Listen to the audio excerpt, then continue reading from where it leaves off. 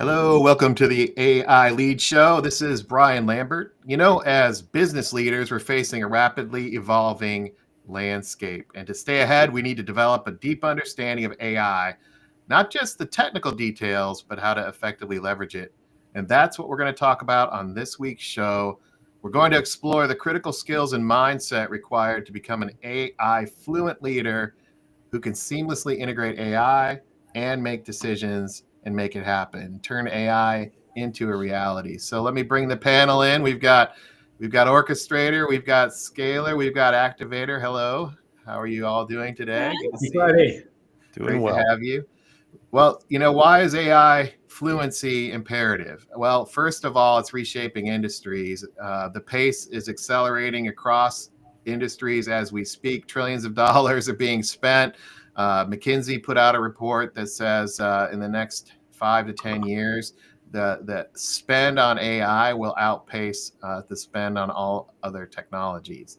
There's often a communication gap, and the language of AI continues to evolve. Every day it seems like there's a new trend, a new technology, a new sound bite or a tip or advice or a platform or a model. So we're gonna wade through that today. And then also for us as leaders, it's important to realize that as we enter into the job market, as we are looking at expanding our influence in our roles, if we don't have the digital and AI savvy to navigate those roles, we're going to be on the back foot. And AI as a concept, as a capability, I like to call it, is going to become a competitive advantage for you in your role. So let's talk about the news. Why is AI fluency an imperative? Well, when I was looking at the news, obviously you've heard 70 to 80% of digital transformations fail. Well, AI transformation is the next wave of digital transformation. For successful AI adoption, businesses and technical teams must have a shared understanding.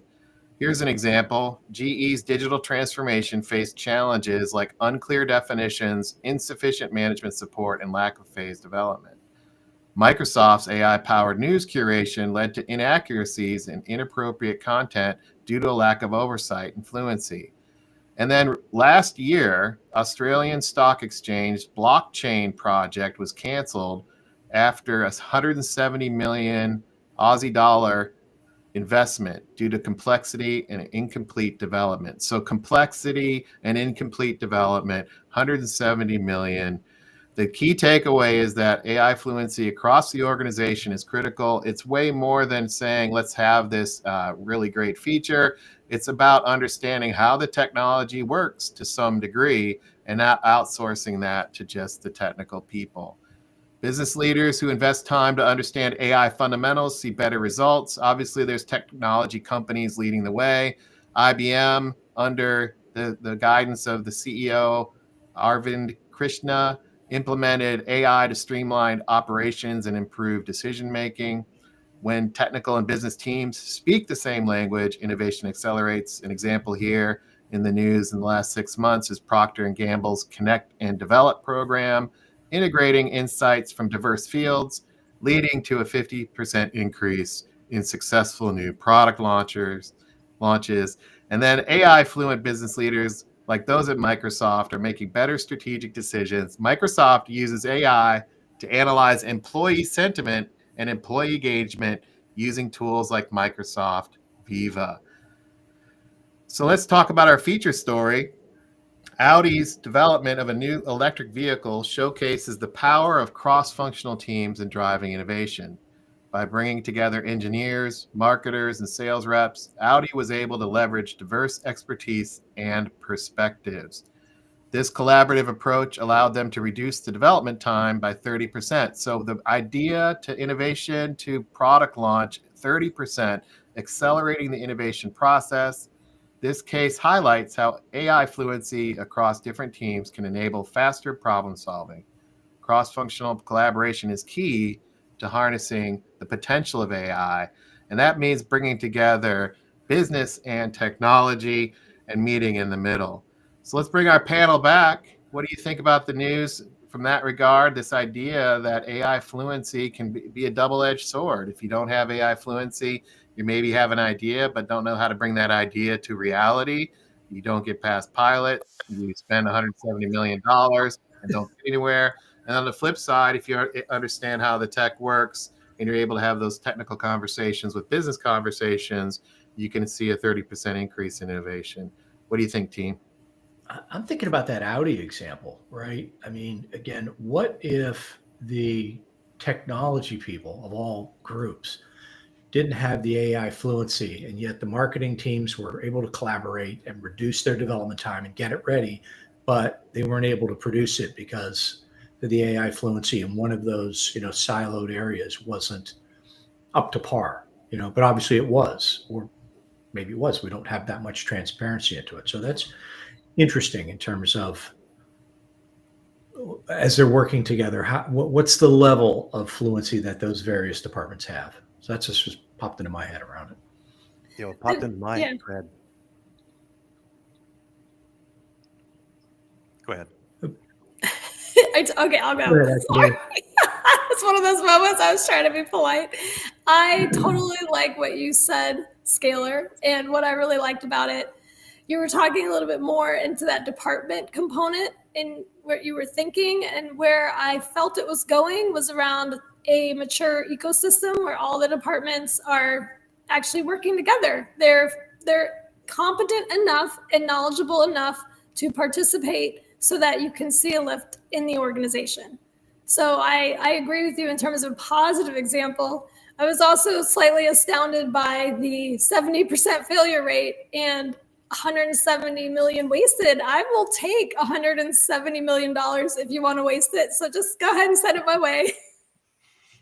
Yeah, and at the risk of saying the same point 3 times, this whole siloed thing, right? Did they fix something with AI, or did they just have a better process?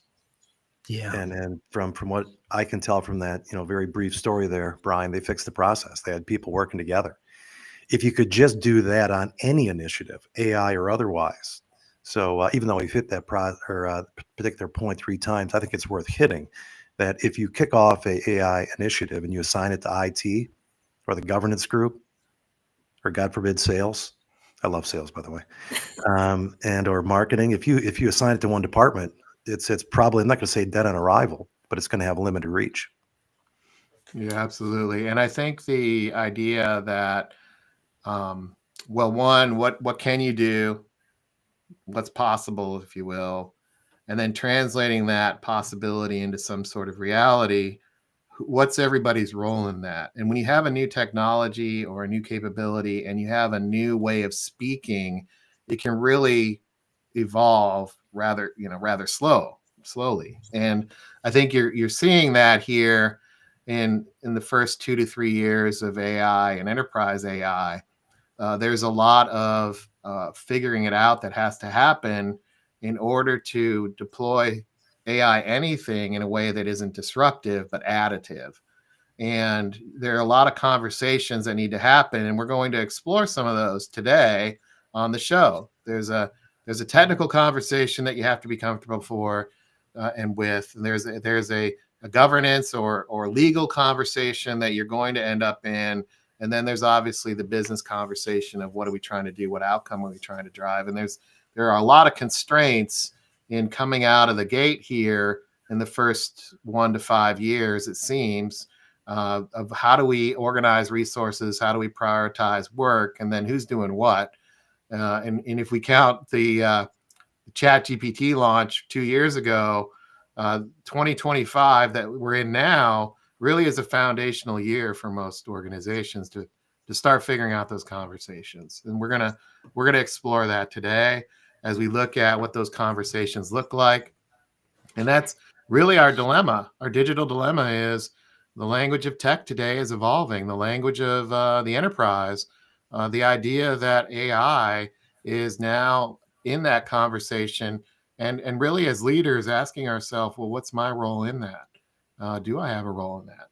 So we're going to talk about some of these variables today. And we're going to explore things like, well, what is machine learning versus deep learning? Do we know the difference between AI models and AI algorithms? What's the difference between enterprise AI and consumer AI? And then what about bias and ethics? How would we answer that? So let's take each one of these and actually go through them a little bit. We have a couple of concepts here, and then we're going to keep going because I really want this show to be actionable, and I really want to have this conversation. So if you have a question about AI, feel free to drop it in the chat. We will answer that. Just like the last show, if you engage with us on the chat in real time, you get 1,000,000 points, and nobody knows what they're for, but it's great to have them. So if you want 1,000,000 points, feel free. So machine learning versus deep learning. Machine learning are really two distinct, different approaches with different strengths and use cases.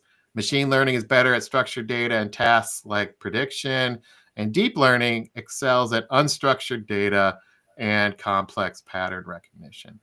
So that's machine learning versus deep learning. And deep learning is really one of the foundational pieces of using natural language and the ability to use natural language. So when you want to interact with data and you chat in a chat bot and say things like, well, how many sales did we have last week? That natural question that you ask, there's some deep learning behind the scenes to be able to translate that. AI models, they're trained on algorithms that make predictions. So what is an algorithm? It's an underlying mathematical process. There is a lot of math. It is actually mind-boggling how much math happens every time you hit enter or make that mouse click in real time. So models are like the engine, and AI algorithms are like, AI algorithms are the engine. They're like the fuel, and AI models are like the blueprint. So the models use algorithms to produce an output, and that's where generative AI came from. So there's a lot of conversation about what model, which model, how many model, who has a model. All of those use algorithms underneath, and obviously you need the data to do that. When it comes to consumer versus enterprise AI, that's the idea of AI in your applications, on your phone, on Netflix, and Amazon. You've been experiencing consumer AI for a while. What really happened a couple of years ago is ChatGPT came out and went straight to consumers with their ChatGPT, OpenAI API interfaces, and allowed people to get access to chatbots right on their phone. And, the enterprise is somewhat behind in that. And then data bias and AI ethics. Data bias is understanding what's in your data. For example, you may have heard the case that for a medical procedure or doing research in medicine, a lot of the research in medicine is actually published in the United States. So the data around medical research and all of the academic journals that we have in medicine, when you use that to train an AI model, the data itself is biased to an American research and Americans as a culture, but more importantly, as our biology, physiology, the food that we eat, everything is put into the data set. Also, there are a lot of data sets that have excluded gender, race, ethnicity, etc. So they're not necessarily generalizable. And then you get into the AI ethics piece, which is different than that. Is what are you doing with AI and how are you applying it, and are you using it for good or not? And there's AI safety around that as well. So responsible leaders need to understand these concepts. If these are the first times that you're hearing these concepts, I would encourage you to use AI. Chat it in a chat bot. What are they talking about? Machine learning versus deep learning. Go ask your favorite model for a quick explanation. So those are just at a high level. So any comments or thoughts from the panel here on these 4 pillars or these 4 concepts?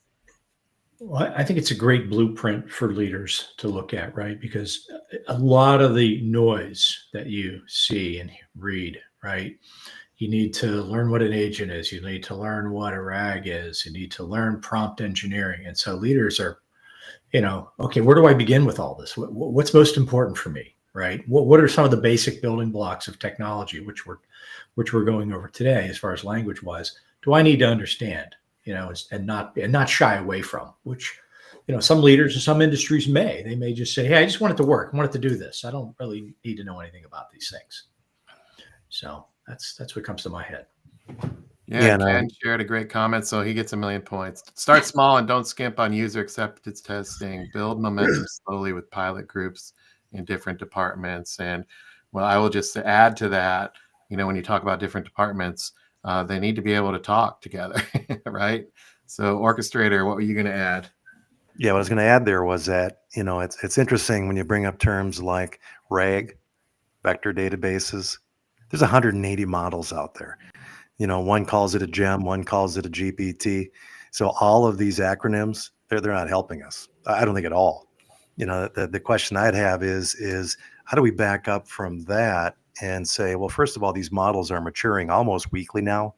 So you've got deep learning within, so you don't have to really know what does what, but you have to know is what it's capable of doing right now, what use cases will work right now, so you don't poison the well with a couple of use cases that don't provide value. I would argue that $170 million into it, you should probably have seen the writing on the wall, but that's a different point. You should have seen things were going south. But yeah, I think these terms are interesting, Brian, in the fluency of them. I think the idea is just start using it. Take a picture of an animal and then have AI do its thing to basically translate, all the details about the animal. Then take a picture of a specification. I did one of a drawing blueprint the other day, and then it asked for a different format. So I gave it a different format. It started giving me the details of the blueprint, all the way down to these parts that I couldn't see with the human eye. So, give it these tests. So why is that important? Let's say that you were doing an estimate and you wanted to fully understand the blueprint and what's in that blueprint, the details of the blueprint, and what might be missing from the blueprint. Because oftentimes when you read through a spec, there's some words, but there's a lot of graphics and blueprints. So, it's not in the words, but AI can actually scan a blueprint and give you the words. So kind of on a tangent, I guess, now I think about it here, but my point is just start testing these models, throw some different things at it. Don't just pick one, pick several based on what you've learned, each one are good at. Yeah, I love that. And let's look at some more, right? So what we're alluding to is there's chat bots, there's agents, right? What are the scripted bots versus the autonomous systems? We have AI automation. We see a lot of that in workflow automation. We see a lot of that in industries like manufacturing. AI automation versus augmentation. We see LLMs and all of the models that you just mentioned. Orchestrator, how many 180 different models? Is that what he said? There's 180 and counting. Yeah. There will so be if you really want to be an expert in all 180, well, like what's that going to get you? I think at a minimum, 181. Yeah, you got to be familiar with what the models are, the categories of the models, because that's going to be a good starting point. It's not so much that there's 180, 200, 500. At the end of the day, there's going to be models that are going to be leading the charge, that are going to be able to work better for certain types of organizations. And so I think it's at least knowing enough information that you can intelligently understand which model you might want to consider or think about or try out. And then you'll be able to, kind of come back with that fluency of understanding what these models can do from a business opportunity perspective, and then get activated. Yeah, knowing their strengths, I think, I wouldn't say, be completely void of understanding the models, but knowing their strengths, that definitely would help. This all plays into, AI readiness. Okay, how much do I know now? What do I need to know now to be able to begin? And which is, I think, used in any, I don't want to say capability when you're purchasing it or you're buying some type of technology, but again, how ready are we? And again, you don't have to be perfect, and you can start small, high impact. And as orchestrator says, just begin to use it. Yeah. And AI automation, just in case you're wondering what that is, it's the idea to, actually replace human workers. I mean, that's automation, what that is. And that's been around for 30 years or more. I mean, car manufacturing, automobile manufacturing. I think what the folks might be wondering about is, well, are we going to automate our jobs, and what does that look like? And I think that's worth a conversation. We're going to talk about that here when we look at the 3 conversations we need to navigate. AI augmentation, on the other hand, is amplifying your own intelligence, amplifying the intelligence of the team, augmenting the team, and enhancing capabilities. And that does often mean removing some mundane tasks. It also can mean taking data sets that you don't understand and helping you synthesize the data or understanding that picture. So it doesn't have to be about replacing those aspects. It could actually be about giving you better inputs, right? So supervised learning versus unsupervised learning. Supervised learning is when AI learns from labeled data. The idea of getting our metadata right, understanding what the data is, organizing the data, that oftentimes requires humans to create that type of labeling and organization of the data, while unsupervised is when AI identifies patterns on its own. And the unsupervised learning is something that we can see more quickly, but the idea of supervised learning gives us a lot more precision, especially with the data that's within our own organizations. And then chatbots versus agents. I was in a discussion yesterday where we actually spent, and I think this is important. We as leaders, we need to give ourselves permission to get on the same page. So when I was talking to somebody, I was trying to figure out, are they talking about a chat bot or are they talking about an agent? And I just said, hey, are you talking about a bot or an agent? And they said, I don't know. What's the difference?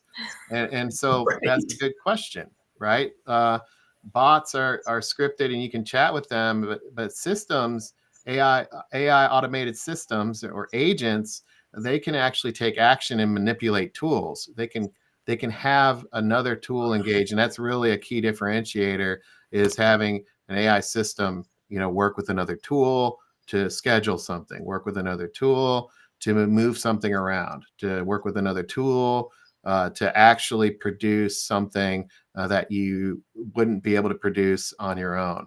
These are workflows, they're process steps, and you would be surprised how much you have to spend to understand the data and the process in the agentic area. And the idea of understanding an agent versus a bot is important. And then finally, LLMs and this idea of ChatGPT as a model and knowing the strengths, right? So if I'm doing coding, which I am not a coder, but I can code JavaScript in Claude. I can use Anthropic's Claude, and you know what? It is better at doing that than OpenAI, in my opinion. And you can understand the strengths of these different models for image generation, for what's called multimodal AI, which is audio plus video plus text. Some of these models are better. Some of the models are better at coding. And I think those are what we're talking about, right? Is the idea of understanding the strengths of these models. So I just wanted to breathe some more life into these concepts to know that, these are like business decisions, not tech decisions. When you try to figure out how to turn an idea into reality, there's some trade-offs that need to happen. But what we're talking about today is more about a business discussion than a tech one, in my opinion. Yeah, and I think we brought up earlier, this might have been pre-show, right? When we were talking about, well, what's the process? As we're buying this, as we're investing in this. And it's, first of all, okay, what do we want to be able to do from a business standpoint, right? Is there efficiencies we want to be able to do? Do we want to be able to innovate? Do we want to be able to improve our customer experience again? And, an example, I was doing a little bit of research, on Lowe's, right? And Lowe's just released their, Milo, which is their virtual assistant for those of us people that are home improvement specialists or like to garden or build it ourselves. instead of walking into the store and asking what we need, we've got a virtual assistant that now can do that for us. And so the 300,000 associates across the U.S. Don't have to do all that all the time. And so from a business standpoint, certainly there had to be processes that they had to go through. In fact, they used OpenAI to help them build this, right? So that was the open source tool that they used to do that. And they wanted to be able to integrate with their workforce. They wanted to be able to have some future enhancements. They wanted to be able to provide AI generated recommendations right away. So, it all begins with what do we want it to be able to do for our organization? And before all that is understanding these concepts, because it helps us understand the language that some type of AI architect that we would work with, whether internal or external, would help us navigate this process so we can achieve what we're trying to achieve, which is some type of business goal. Love the Lowe's example. Have you ever walked into a Lowe's and or Home Depot or whatever, where how many aisles do they have in these stores? There's got to be like 50. Right. And you're looking for the person in the orange top or the blue top, right? Because you don't know what you're looking for. And now you can say, hey, I broke my faucet in my bathroom trying to fix it. And okay, Mark, that's aisle 7, bin 8. We've got 11 left. You better hurry because they're moving fast, right? So what's interesting about that, and this has changed over the years as these stores became bigger and bigger, is that they don't always know what aisle. They don't always know what bin, to your point. Or do they know, of the 5 different versions? I'm being nice, 25 different versions of that same thing, which one's best for you. So what do? They go to their handheld. Anybody had that experience? Yeah. And then you think to yourself, all right, well, I could have done that.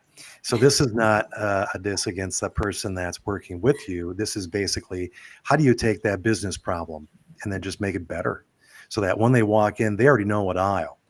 But as they're looking at the 25 different versions of the same thing, that's where it would be great to have an advisor.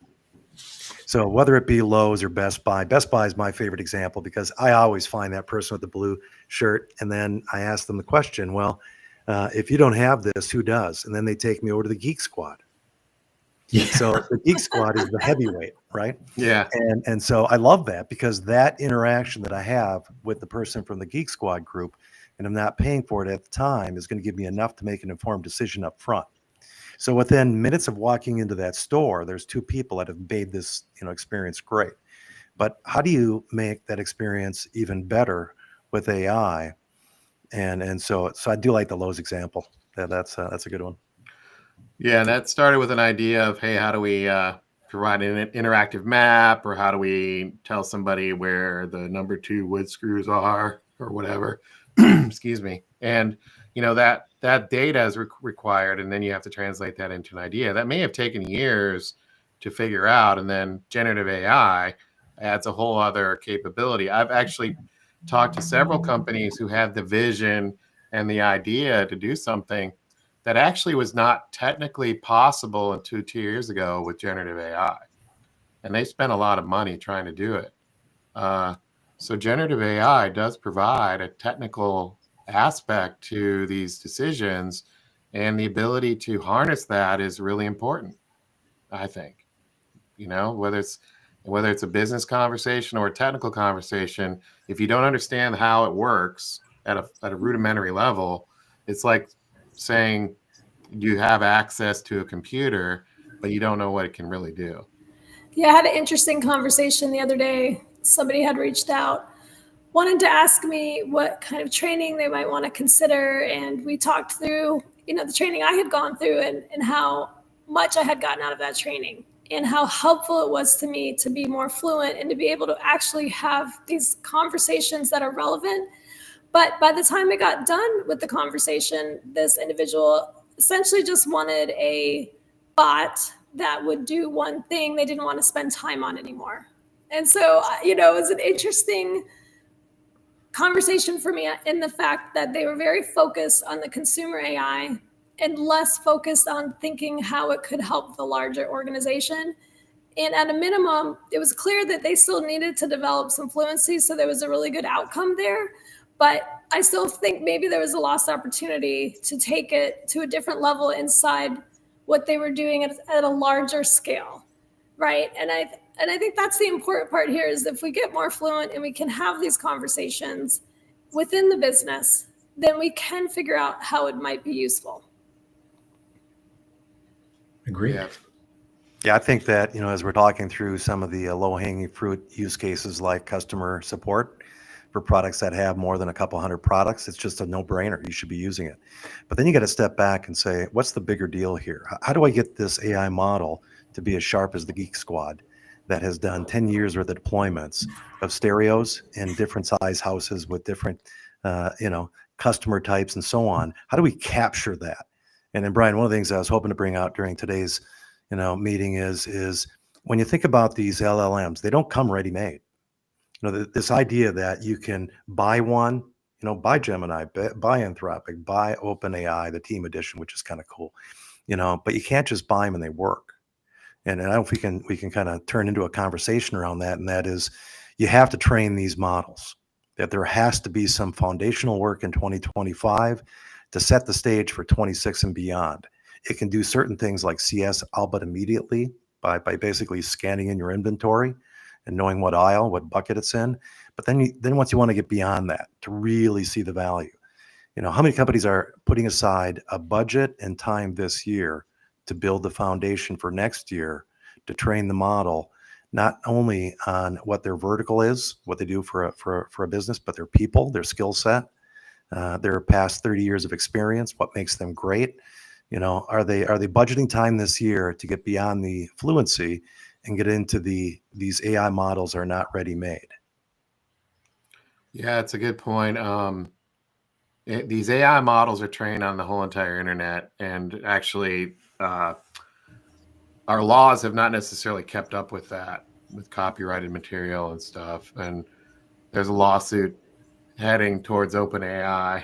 I'm sure these models for training on these publicly available websites that have copyright on the bottom, So if that's what you want to bet your business on is the OpenAI training, and it does produce pretty valuable outputs. You just have to realize what the data source is, and that's why AI fluency is important.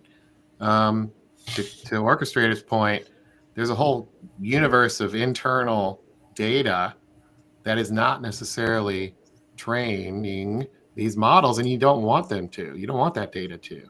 So these ideas of what's your private corporate data and the business rules around it, and then what can you do with AI, and how do you keep it secure and safe and private so you don't train the bigger model?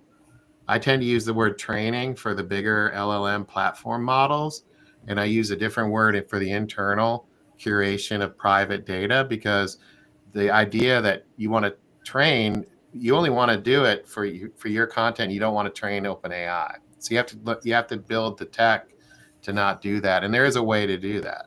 So the customization, tailoring, personalization of your own data universe and unleashing that is a differentiated competitive advantage, because the rest of the models are trained on lowest common denominator of the entire internet, or the entire available set of free books, for example. And Brian, to pick up on that point and what Ken is asking here about, what happens when one of these LLMs go away, right, out of business. Well, if you have trained a RAG to truly understand your business, and I'm working with an engineering firm right now. When I asked them, about their presence on the internet, they've been at this for 40 years. They said, why would I share all this to the internet? And then when I asked them how they market and sell and they do blogs, they smiled.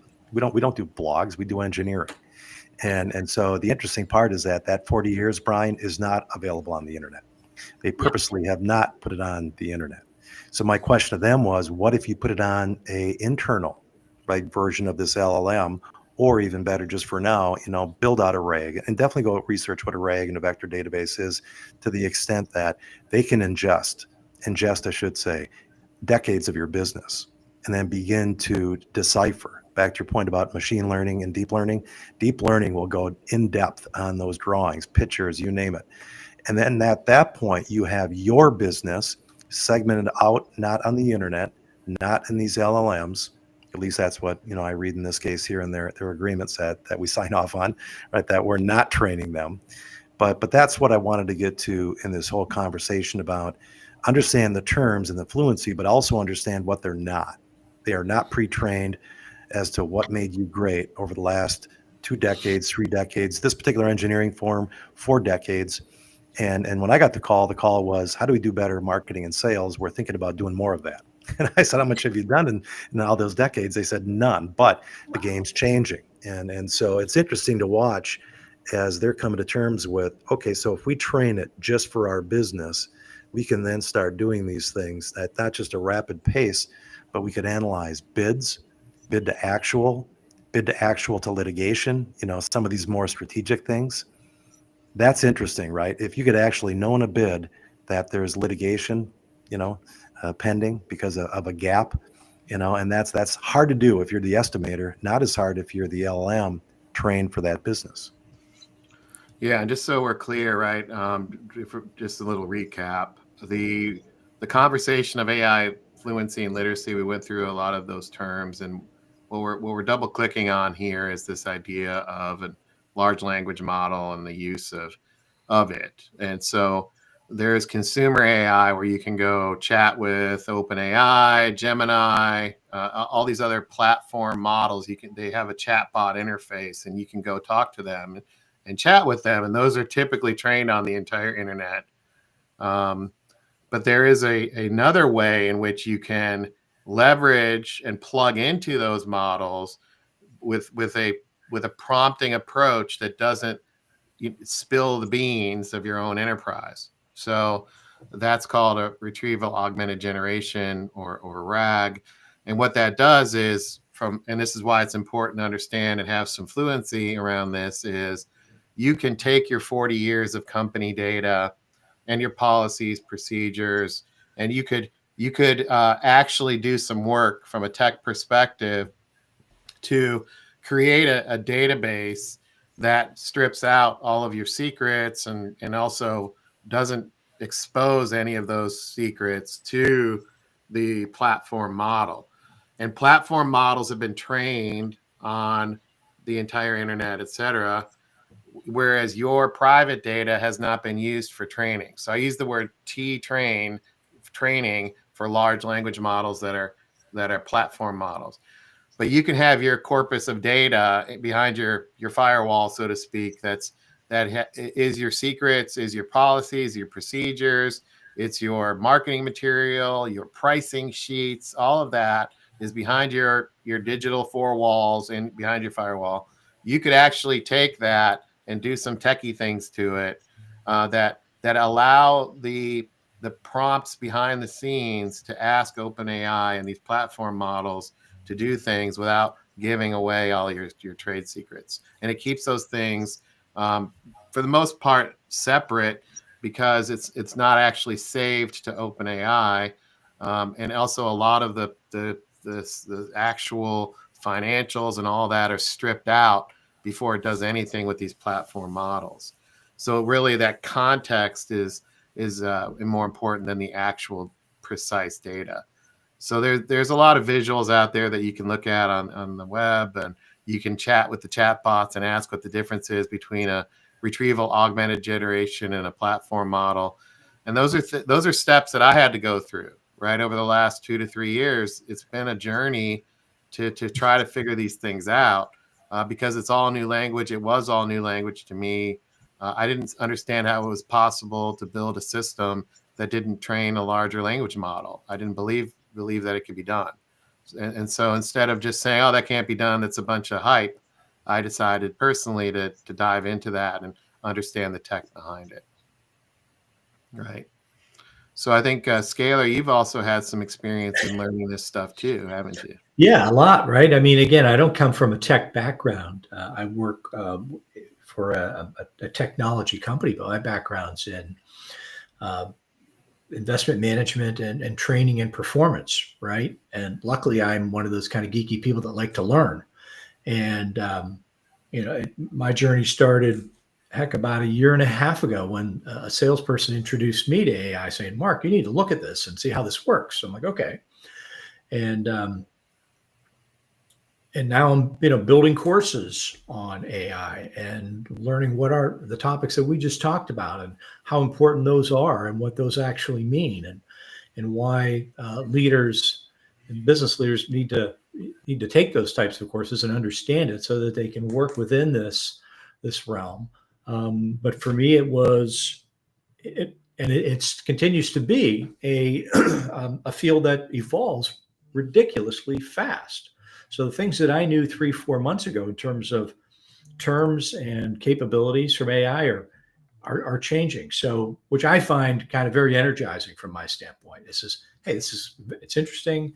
It's constantly changing. It's very energizing. It is, and for someone that doesn't have a tech background, it is not necessarily difficult. It's just a matter of diving in and figuring it out and allowing yourself to make mistakes and learn and turn to people to ask questions to. Yeah, that's the key, is to be curious and then, realize it's what you don't know. And that's a great segue into, how do we tackle this? And if you don't do the work to try to understand what we just said, or do the work what Scalar's alluding to, you're going to have a hard time meeting the tech team or people who have digital fluency and AI literacy in the middle. And I think that's an important concept, is how do we meet people in the middle here? If you're not sure how this works, you're going to have a vague request. For example, hey, it'd be great if we had one of them chat bots. Let's go get one, right? Like, that's pretty vague request. You're also, if you're not gonna take the time to understand and be more AI fluent, you will perhaps sign up for metrics that are impossible to achieve. And we've given some examples of that here on this show, where the actual initiatives didn't even come to fruition. And think about that business impact and what that does from a career perspective. Also, what we're talking about is, how does the data work? Again, no data, no AI. Slow data, slow AI. And if you don't understand the data and how data gets tagged, how it gets manipulated, and how it gets crunched from a machine learning perspective, and how the actual generative AI works, you could actually have data leakage. You could actually not ask the questions to secure your data, and you actually may end up training a large language model accidentally, right? So that's an important piece. And then there's some quantifiable impacts of not meeting people in the middle. So let's switch to now. Okay, how do we have these conversations? I think the challenge is pretty clear. We've outlined this gap that exists. We're encouraging people that are listening and watching to engage and to be curious and to spend the time learning. Let's talk about, what do you need to learn, and why do you need to learn it? From opportunity here, you have a real opportunity to be an early adopter in this language, as opposed to waiting. And I like to use the analogy of being proactive versus reactive, or being a leader or waiting for somebody else to tell you what to do. Right? So from an opportunity perspective, if we actually spend some time understanding how this works, AI works, you actually can improve your career. You can establish yourself as a leader. You can help drive competitive advantage.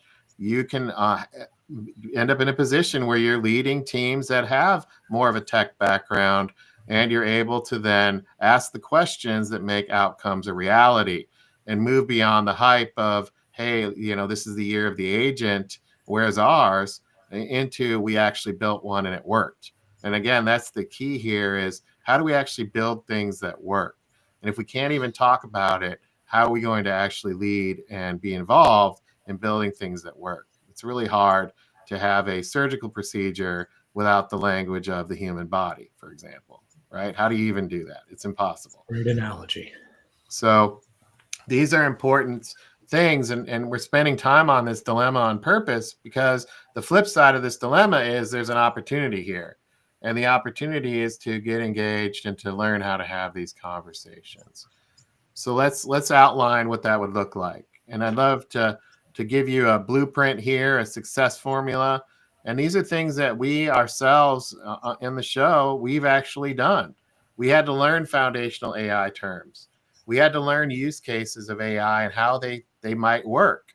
We actually did our own impact assessments, one on ourselves, and then two, we did it on our departments and our organizations that we work with. And then we started having conversations, and you're hearing a conversation right now today live of what this looks like after you spend some time on this. And so it's not a big mystery, and it's not one of those things that is hard to do for us now because we've done the work.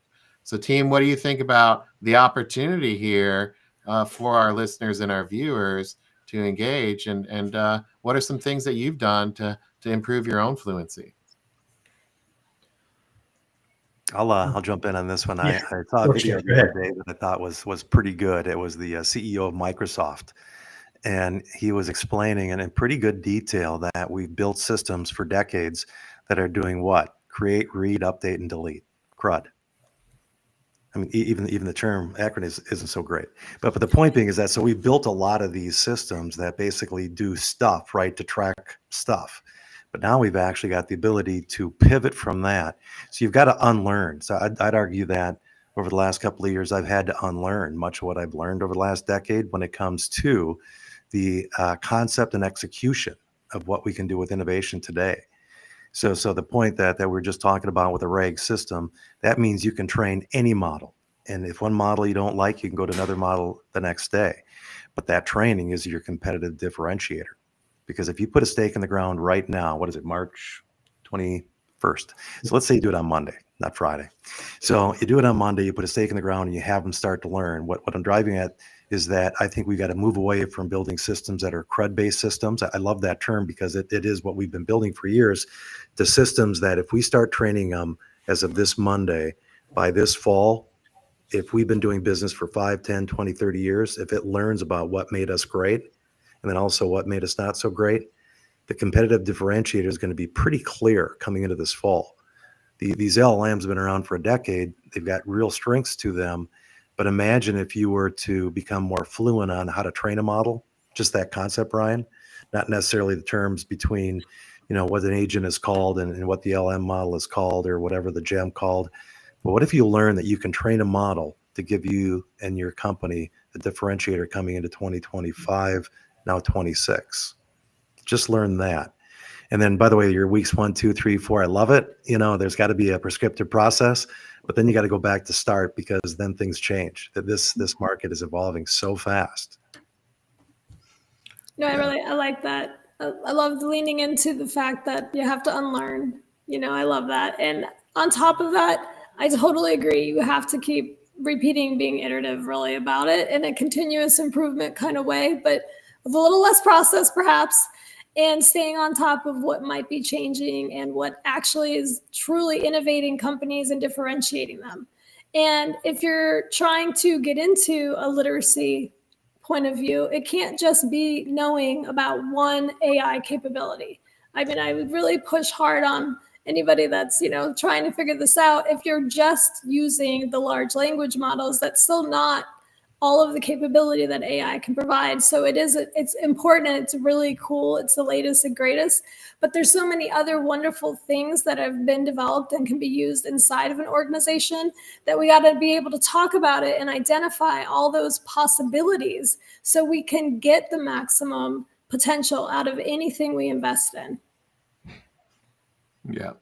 Yeah. And just for a quick recap, the 4 things that we recommend are: learn those foundational AI terms, review AI use cases that are relevant to your industry, do an assessment of your own skills, but also in your own function or department, and then start having conversations. Those are the 4 things that will improve your literacy. And even on the call or the meeting or the show today, these terms might be confusing in how we're even using them, right? We're emerging out of this space, and we have to allow each other some flexibility and some ambiguity here, because we may not have the words on one hand, or we may use words that don't have shared meaning.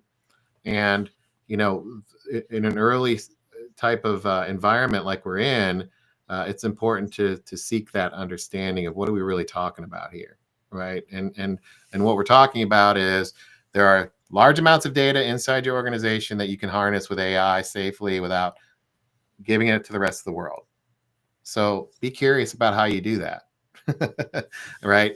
There's a lot of tech underneath that to go explore, and terms to go figure out how to do that. The other piece of this is, if you think about what the opportunity is, there will be a time where each individual company, I believe this, has their own small language model in their organization behind their firewall that's deployed.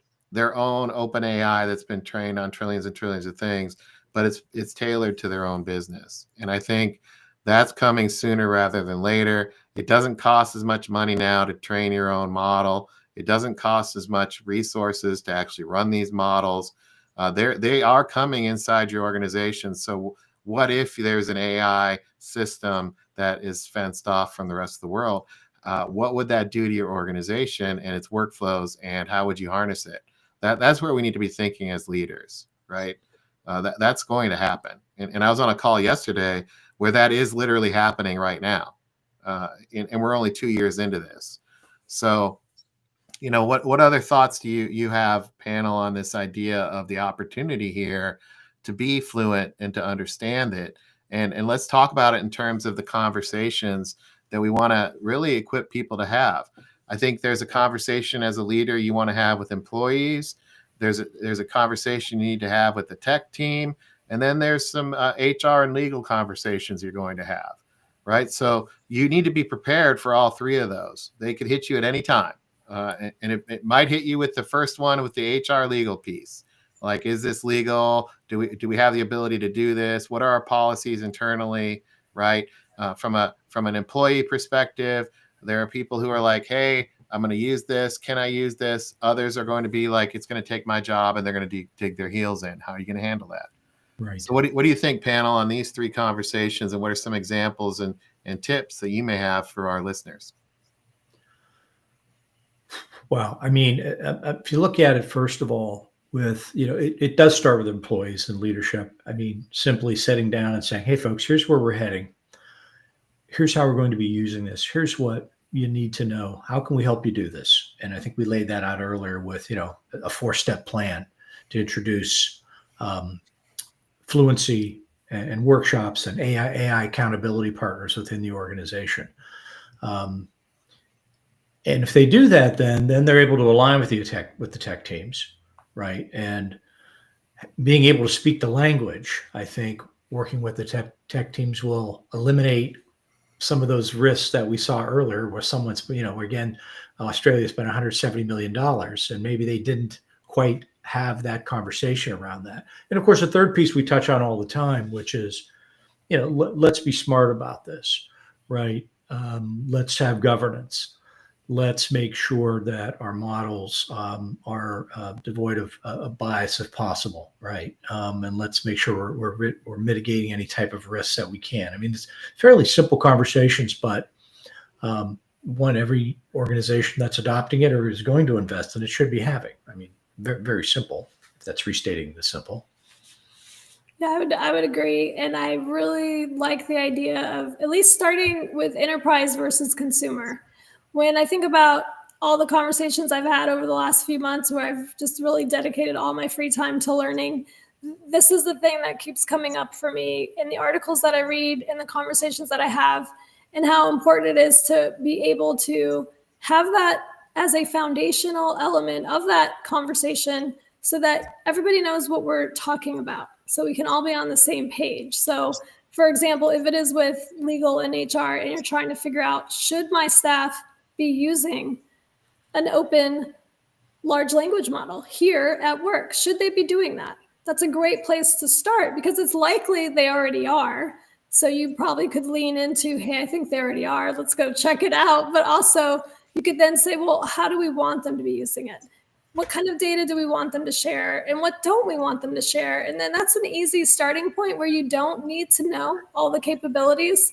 You can lean into something that people are already actively talking about and potentially doing already in your company today.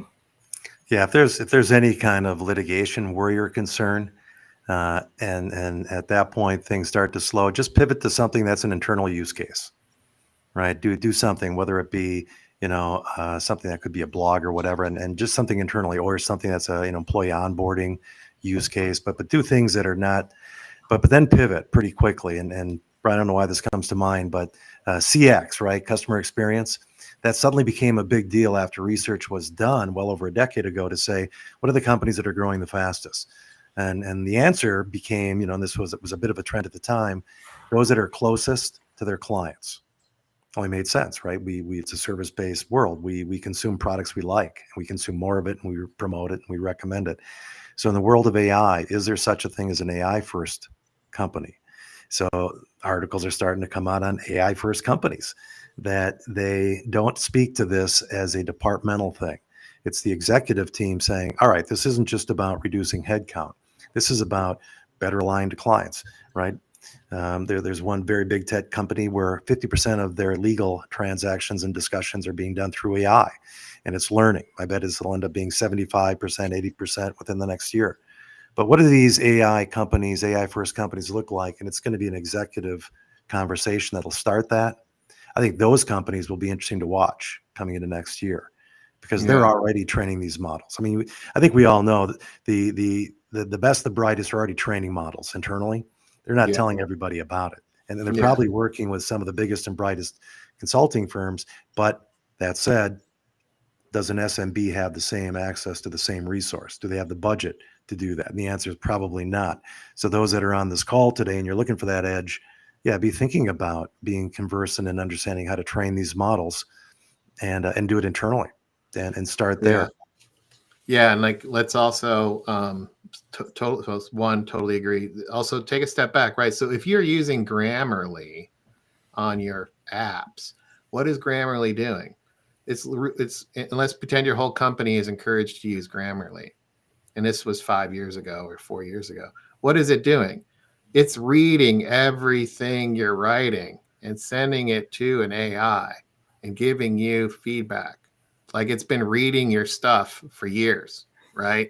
So the idea of AI is watching me, it already is. It's in your phone, it's on your Netflix, right? So I think there's a let's demystify this a little bit and get real for a second.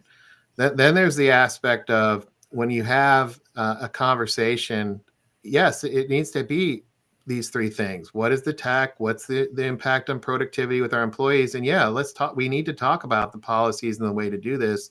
That's not a terrible conversation. That is a legit business perspective, right? Like we don't have to be afraid of a legal conversation. We don't have to be afraid of a tech conversation. We don't have to be anxious about those things. Because you know what, we're in the first AI age, and what got us here isn't going to get us there in the future, as Marshall Goldsmith says. So we've got to have these conversations proactively. The other piece is when you start thinking about the idea of a model, an LLM or a small language model called an SLM coming inside your organization, and what it can do. The idea there is what are the opportunities? Like how do we turn this into a positive? Every major advance in human history has become a positive, even though it was completely tectonic at the time. If you think about automobiles versus horses, right? Very tectonic. There was a whole crowd that didn't want to have their horses taken away, right? So we have to be a little bit more human about this to say, okay, let's go in eyes wide open. The last thing I'll say is when there are creative folks that are artists in their craft, that yes, AI is perceived to be a threat, right? The artists that spend hours building custom graphics, that has to be, we need to have empathy for that. That has to be very shocking to spend your whole career and your professional life as an artist, and then have an AI come around and do what you can do in a second and a half. That's a tough one to swallow, no matter who you are.